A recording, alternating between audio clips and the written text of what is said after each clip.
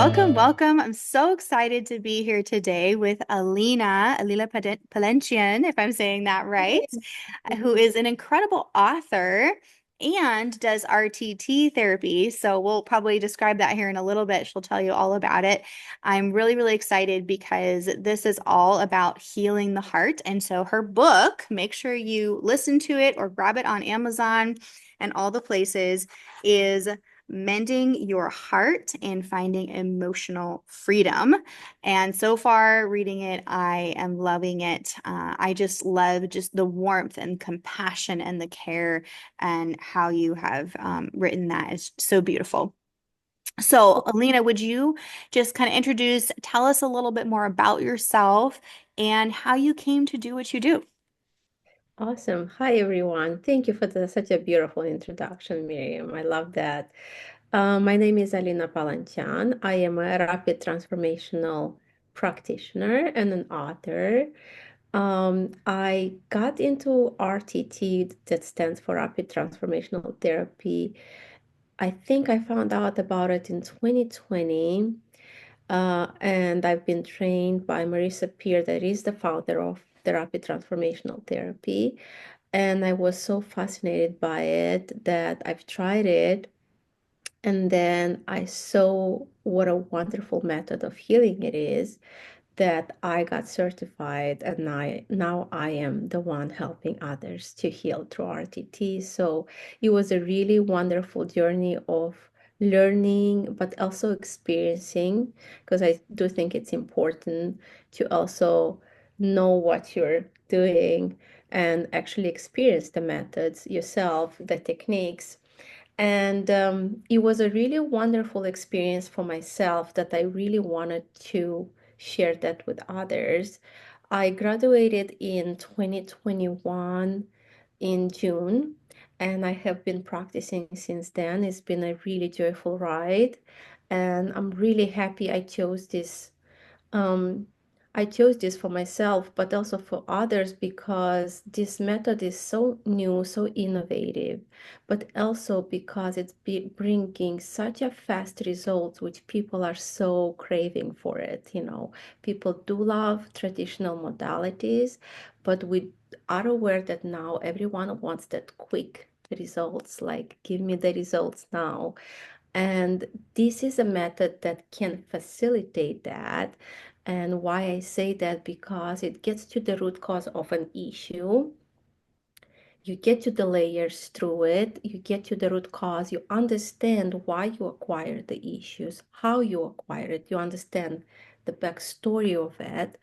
And instead of the issue being in charge of your mental health, now you get your power back and you are in charge of the issue, and you have the tools to battle whatever you are in and whatever you're struggling with. So it's a truly wonderful, magical transformation that you can experience within minutes versus going to the office for years. So I think that's what really attracted me to it.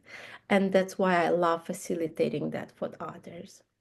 Yeah, and that completely makes sense. Like you said, sometimes some people like to talk through things and it takes a little bit longer, and that's okay too. But sometimes it's really helpful to get to that root very quickly and address what's going on and why that's a problem or an issue, and then be able to directly address it and not necessarily erase, but to help provide solutions and tools so that you can, like you said, you can move forward in a better way and be able to function and not have that same problem as much. So I love that. Okay, so would you tell us a little bit more about your journey of how you came up with this book, where the idea came from, and that kind of process? Absolutely. So my book, Mend Your Heart and Find Emotional Freedom, is now available on Amazon, as Miriam said. The idea of the book, I've had it for a long time. About 2 years ago, the title came to me. I wanted to get into it, but I wasn't in my physical primer, so I couldn't do it at the time. And then this year, the opportunity came again, and I was super committed to do it. And I started writing in February and I wrote the book in about 6 weeks. It was just right there laying out. I really wanted to share my story and share how I grew up and share my personal experiences. And after doing RTT and practicing RTT, I got to share some of my client stories in the book. And I thought there was a wonderful way of expressing myself, having that artistic side of myself, of sharing my story, but also implementing my practices in it. And I think it's really the power of freedom comes from sharing yourself with the world the way it is. And I think we learn the most from our upbringing, how we grow up. And I didn't have the best childhood. And when you read the book, you'll find out that. And I've had my own heartbreaks throughout my journey. Um, and I did write this book to also allow others to know that it's okay to share your story, but also it's okay to get your power back by sharing your story.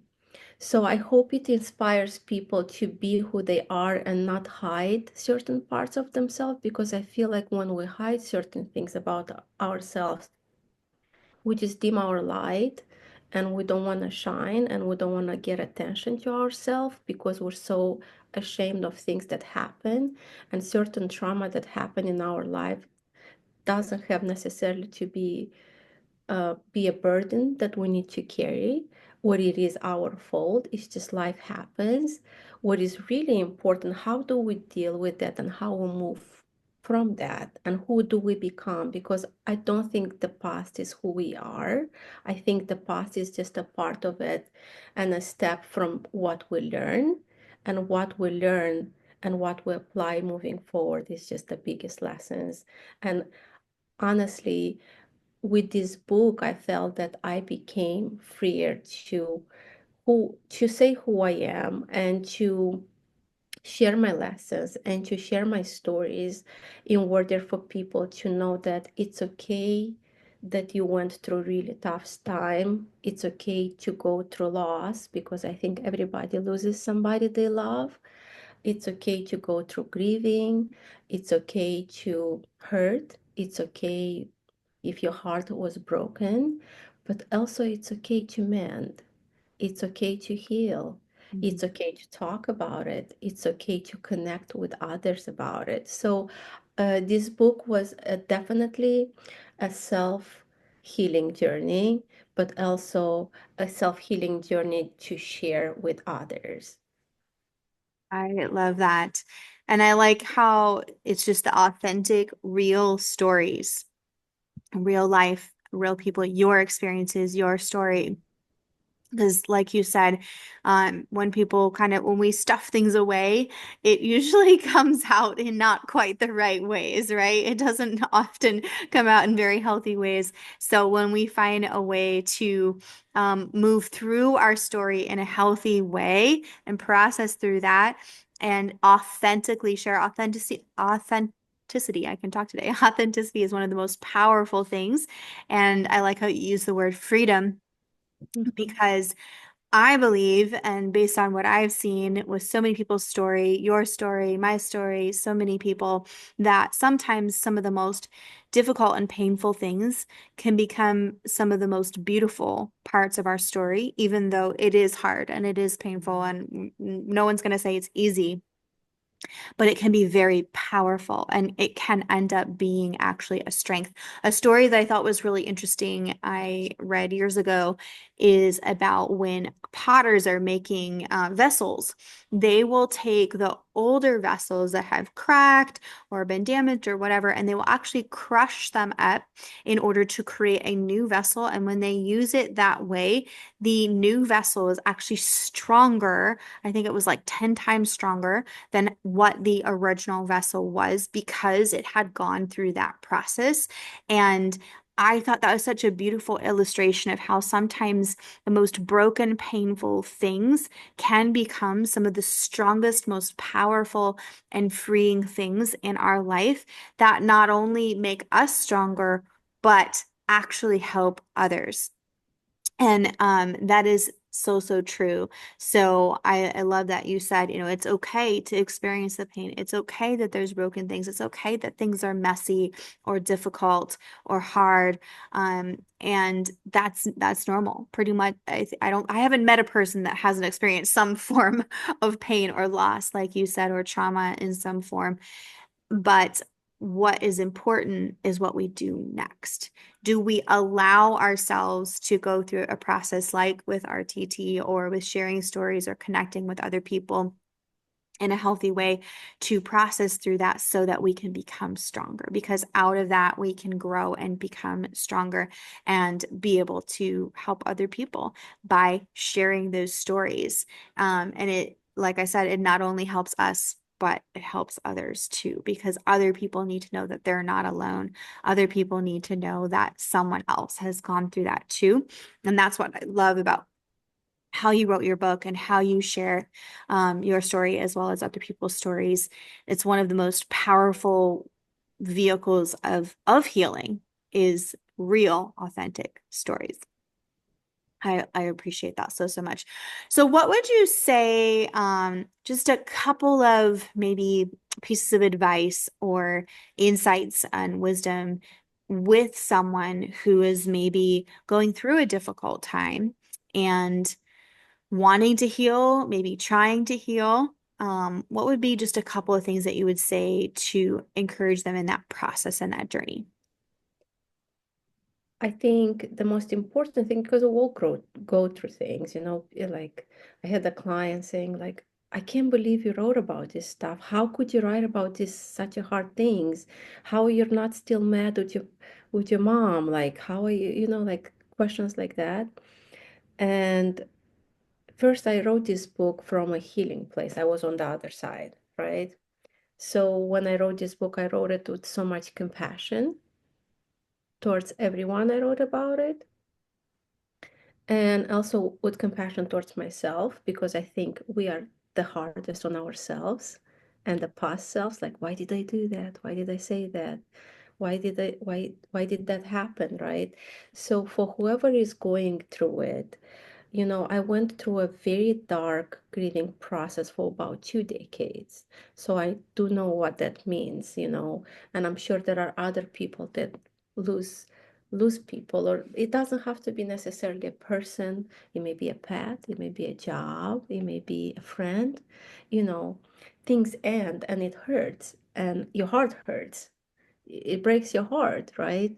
And what I would say to anyone that is going through heartbreak is, you are not alone, but also, even if you feel alone, don't, like, purposely make sure you ask for help. Be intentional with it. It's okay to ask for help. That's my biggest thing. If For anyone who's listening, if you take anything from here today, is just, don't think that there is no help out there for you, because there is. It may not be RTT. It may not even be therapy. It may be Reiki. It may be something, ketamine. I don't know. It may be something else. But the thing is, till you don't embark on the journey to find out what works for you won't find out what it is. The truth is, right now, it's so much help out there that it's a shame for people still not wanting to go ask for help, because it's like, it's shameful. Like, I Mm. don't need help. I can figure out this on my own.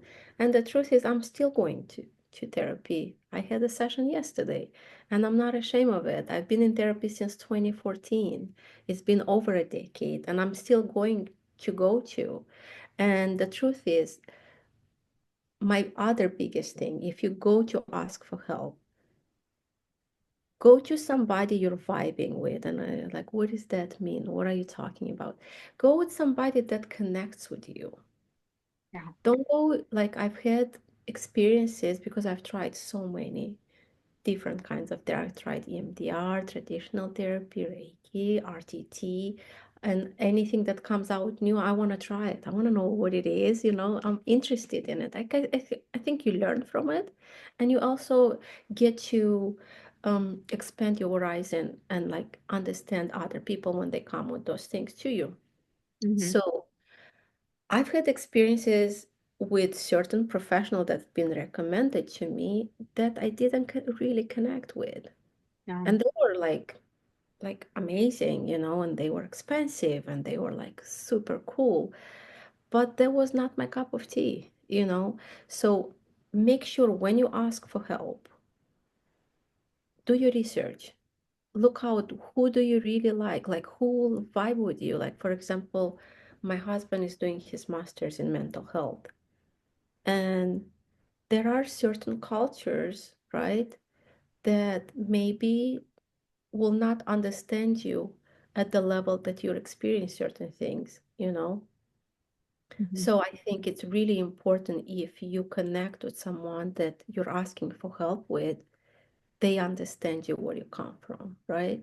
Yeah. So culturally wise, it's really important because I come from a different culture too. So I may not connect with everybody at that deeper level.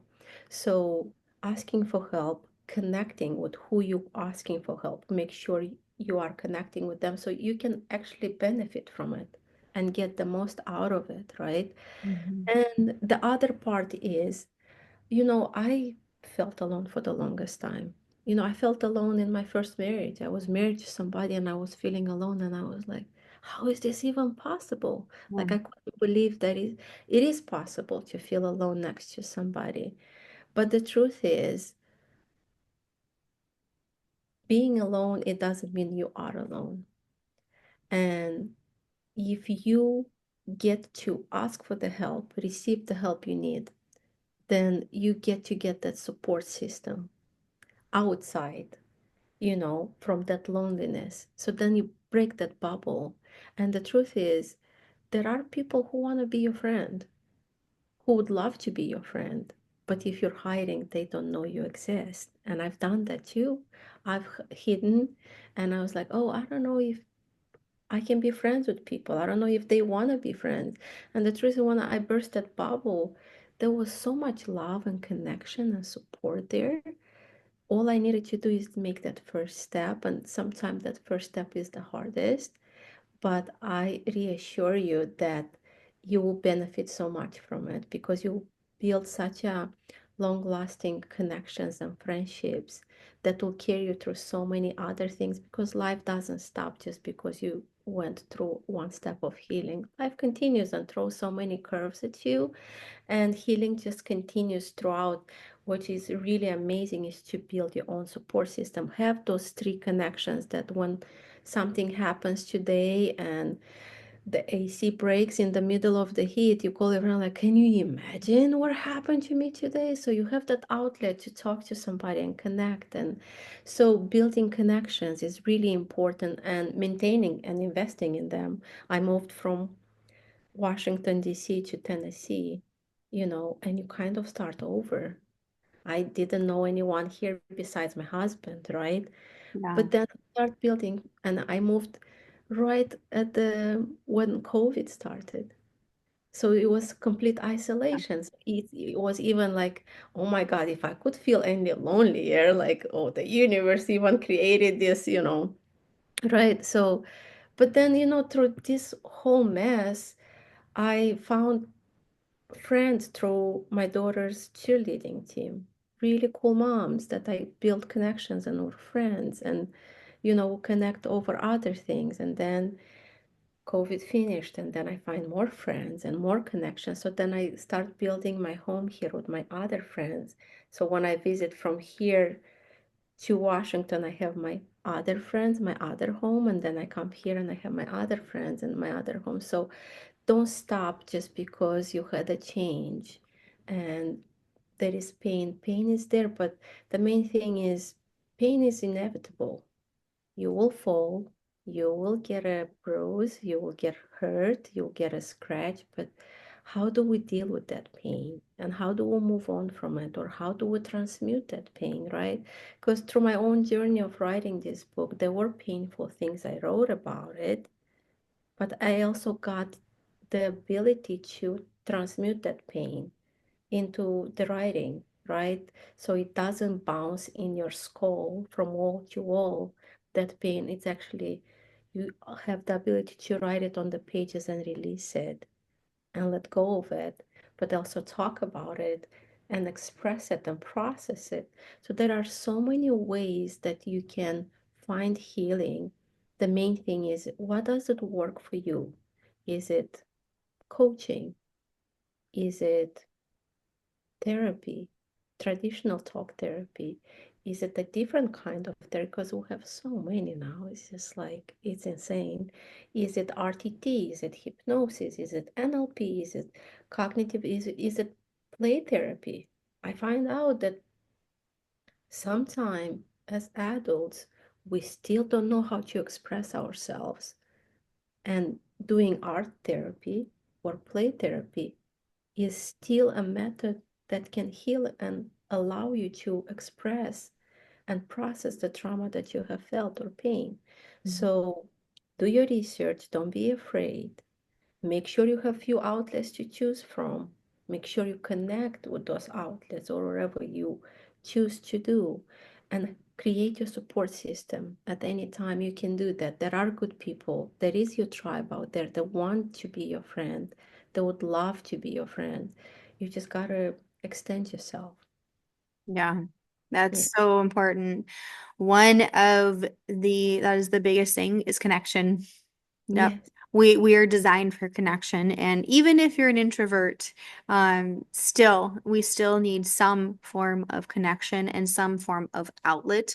I think especially for women, but really everyone needs some form. Like you said, it might not be words. It could be some people, they end up doing pickleball or some, so they found a different type of outlet or something creative, like you said, with the art, dance, play, some sort of Or yeah. sports or exercise or running or so like you said, if you don't try you won't know. So kind of helping yourself to push beyond your normal box, out of your normal comfort zone, and trying some different ways of finding connections and outlets can make a world of difference. I think you'll be surprised how it can help so much with releasing the mental, emotional, and physical, because we're not just one thing. We're interconnected, and that's why I do what I do, because we have to find that beautiful harmony between supporting our mental, physical, and emotional well-being together.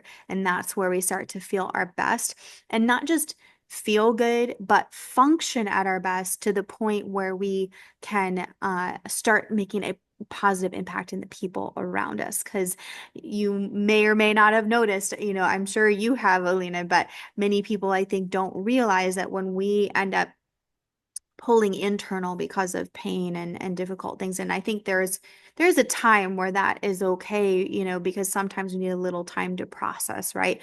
But also at some point, it's going to build up to a point where we need some kind of outlet and some type of support, whatever that might look like. And then that transformation really starts to begin.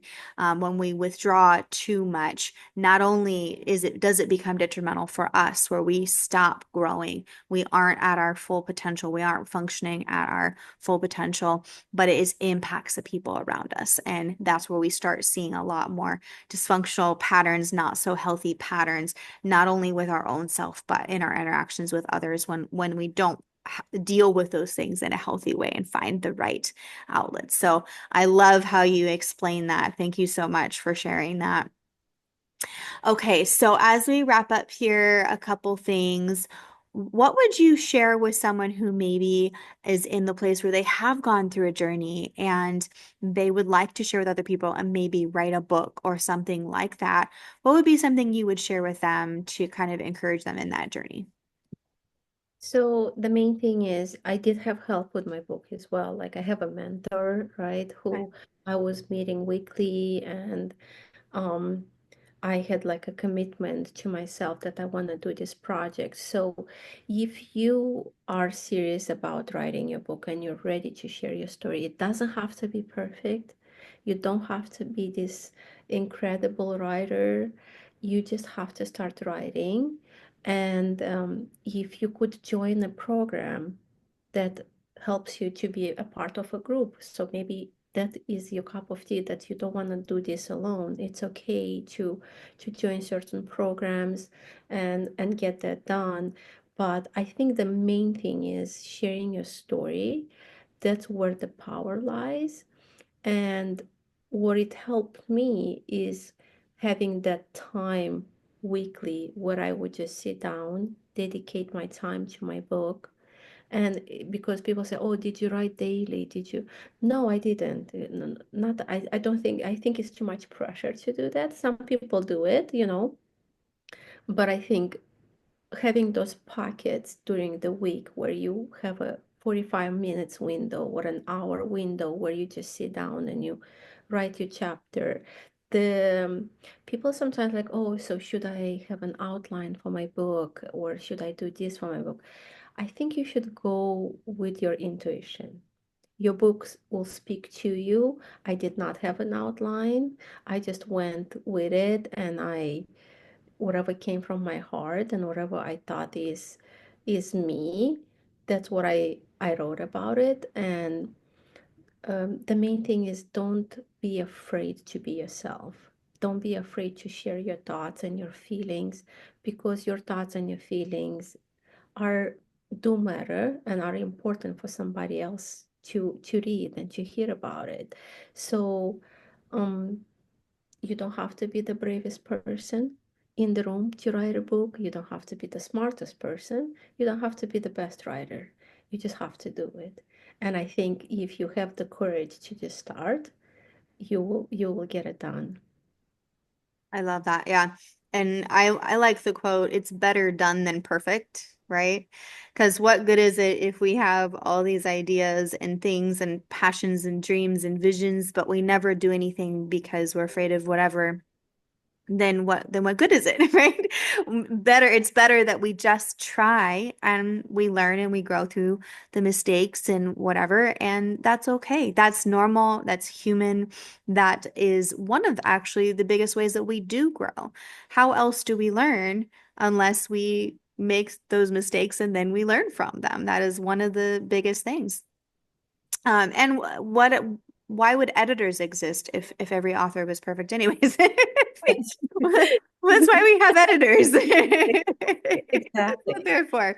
Yes, Um, and there yeah. is help out there. There is support. I had a mentor, and by the way, that brings me back to asking for help. I think there is a lot of help out there because people say, "Oh, but I don't have money," Mm, and it's expensive.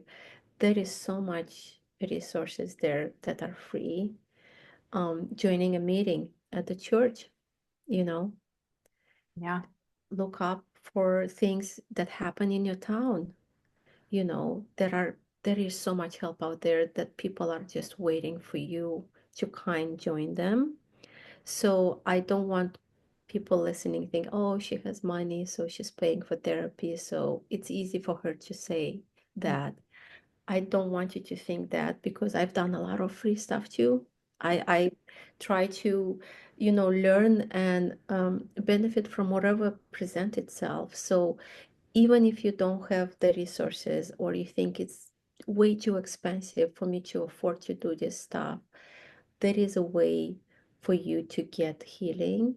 And there is so many people out there ready to volunteers and ready to help you. Mm, So don't be afraid to reach out for help. And the other part is with writing the book is mainly how committed are you to it? Is it important to you for you to say your story?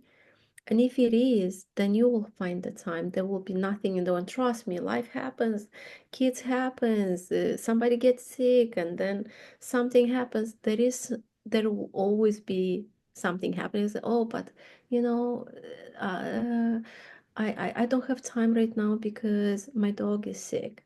That's okay. You will find that time. And I will crunch up time. I said, no, this is my commitment to myself and if my dog is important, and I'll take care of it, but he also can stay on the couch with me while I'm writing the book on the phone. It's okay. So, um, you will find times that you'll be like, make excuses because that's what it is.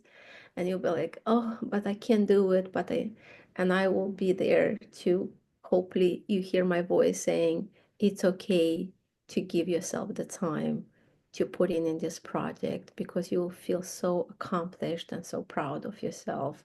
And it will definitely make you feel like, yes, I did this, and not everyone can say that. So I believe in whoever is listening that you can do this and it is possible. And if it is possible for me, it is possible for you. Absolutely. Really, anyone can do it. Like you said, there's so many resources and supports out there. I mean, so many YouTube things that you could find that talked through how you can do it and all different coaching and, like you said, community resources. Yeah. So many churches have free programs, free counseling, all kinds of different supports and encouragements, or community centers and things like that that offer tons of different resources. I've even seen online, book clubs and things that provide support and encouragement for people writing books or aspiring to do that. So, yeah, absolutely. And that's, I think, part of the reason that we love to do things like this is that we're here for you too. And like she said, I hope you hear our voice in your ear, in your heart, just encouraging you wherever you are in your process, in your journey, that there are good people out there, that you absolutely can. Anything is possible if you put your mind to it, one step at a time. Nothing is perfect and no one is perfect, but you just do the best that you can, one day at a time, one step at a time, and you will get there. Yes, absolutely. Wonderful. Thank you so much for your time today. I love talking with you and just your heart and how you have so much compassion and care and love and that authentic love that you know what it feels like to go through these things, and you have been there, so you're there on the other side, reaching out that hand saying you absolutely can get through this, you will get through this. That's so, so important. I think some people feel alone because they aren't sure if anybody really understands, maybe, and you absolutely do. So that's why your book is so beautiful and important. I encourage you to make sure you grab her book too. Is it on Audible as well? No, it's just on Kindle and Correct. the paper on Amazon. Yes. Yes. So absolutely do that. And if you want to connect with her, she does have her website, the alinapalencian.com, I believe it is. And of course, connecting on social media as well. Same thing. So yes, we look forward to connecting soon, and I can't wait till next time. Thank you.